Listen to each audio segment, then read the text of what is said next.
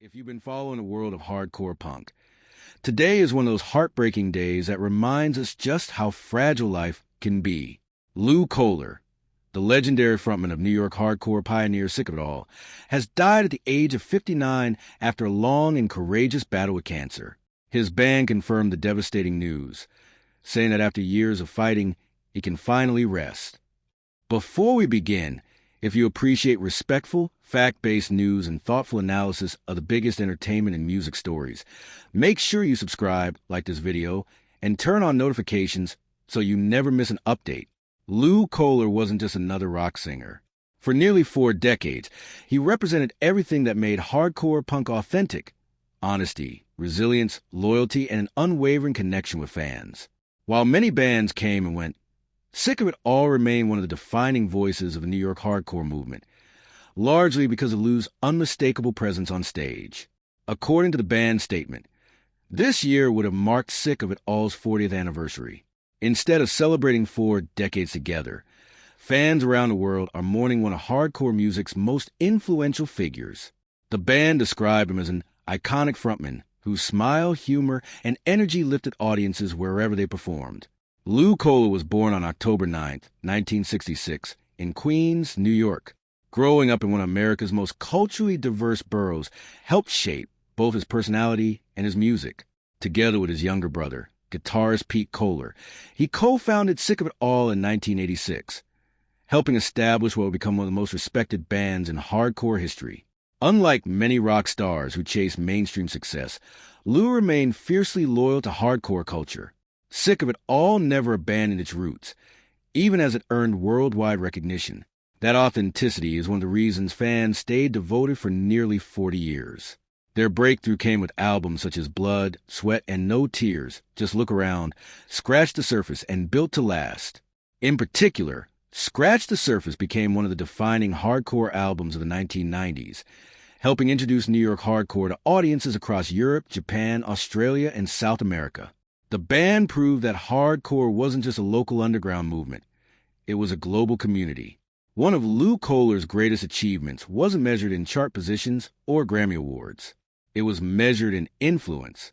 Countless hardcore, punk, and metal bands have cited Sick of It All as a major inspiration. Their relentless touring schedule, energetic performances, and commitment to their fans became a blueprint for generations of musicians. In my opinion, that is what separates legends from celebrities. Fame fades, but influence lasts forever. Lou Koller may never have been a household name outside rock circles, but within hardcore music, he was royalty. His battle with cancer became public in 2024 when doctors discovered a tumor in his esophagus. The diagnosis forced Sick of It All to cancel touring plans, as Lou focused entirely on treatment. Fans from around the world rallied behind him, organizing benefit concerts and fundraising campaigns to help cover medical expenses.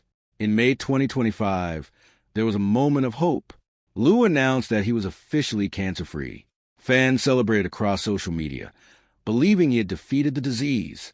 Unfortunately, just months later, he revealed that the cancer had returned. This time it had spread, and the fight became even more difficult. Throughout his treatment, Lou remained remarkably positive despite losing significant weight and eventually requiring a feeding tube. Even during those painful months, he continued thanking fans for their encouragement rather than focusing on himself. That attitude says everything about the kind of person he was. Many people facing such overwhelming challenges understandably retreat from the public eye. Lou instead continued sharing updates, expressing gratitude, and encouraging others to stay positive. His courage became just as inspiring as his music. Following his passing, tributes immediately poured in from fellow musicians, friends, and fans who remembered not only his performances, but also his kindness backstage and his willingness to connect with everyone. Now, let's talk briefly about his family. Lou was a deeply private individual despite spending decades in the spotlight. Publicly available information indicates that he is survived by his wife Melissa and their daughter. Throughout his illness, his family remained largely out of the public eye, choosing privacy during an incredibly difficult time. Because Lou intentionally kept much of his personal life private, there is no verified public information suggesting that he had multiple children. The confirmed information available is that he had one daughter with his wife Melissa. That privacy deserves respect. Too often after celebrities pass away, rumors begin circulating online about secret family members or personal relationships. At this time, there is no verified evidence supporting those claims. What about his net worth? There is no officially confirmed figure. Various entertainment websites speculate amounts ranging between roughly $1 million and $3 million. But these numbers have never been verified by Lou Koller or his representatives. Given Sick of It All's decades of touring, album sales, merchandise, publishing rights, and appearances, it's reasonable to believe he built a comfortable career. But any exact figure should be treated as speculation rather than fact. Ironically, Lou's greatest wealth may never have been financial. His true legacy lives in the millions of fans whose lives were changed by his music. One remarkable aspect of Lou's career was consistency. While many bands constantly reinvent themselves to remain commercially relevant, Sick of It All stayed true to their original sound and message for nearly 40 years. That's incredibly rare in today's music industry. Authenticity became their brand. Fans always knew exactly what they were getting, and Lou never pretended to be anyone else. That authenticity explains why benefit concerts for his cancer treatment attracted so much support from across the hardcore community. People weren't simply supporting a famous musician. They were helping someone they genuinely respected. Perhaps the most emotional line from the band's official announcement was this: "His battle is over now, and he can finally rest." Those simple words captured years of pain, hope, perseverance, and ultimately peace.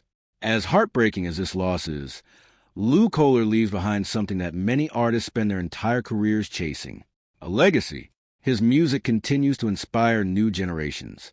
His performances remain unforgettable.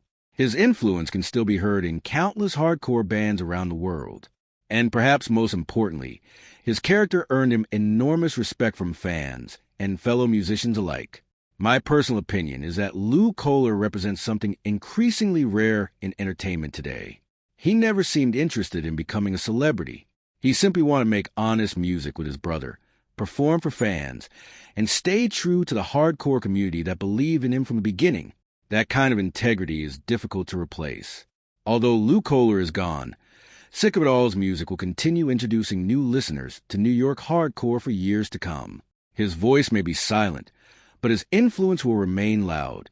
Rest in peace, Lou Koller. Thank you for everything you gave to hardcore music.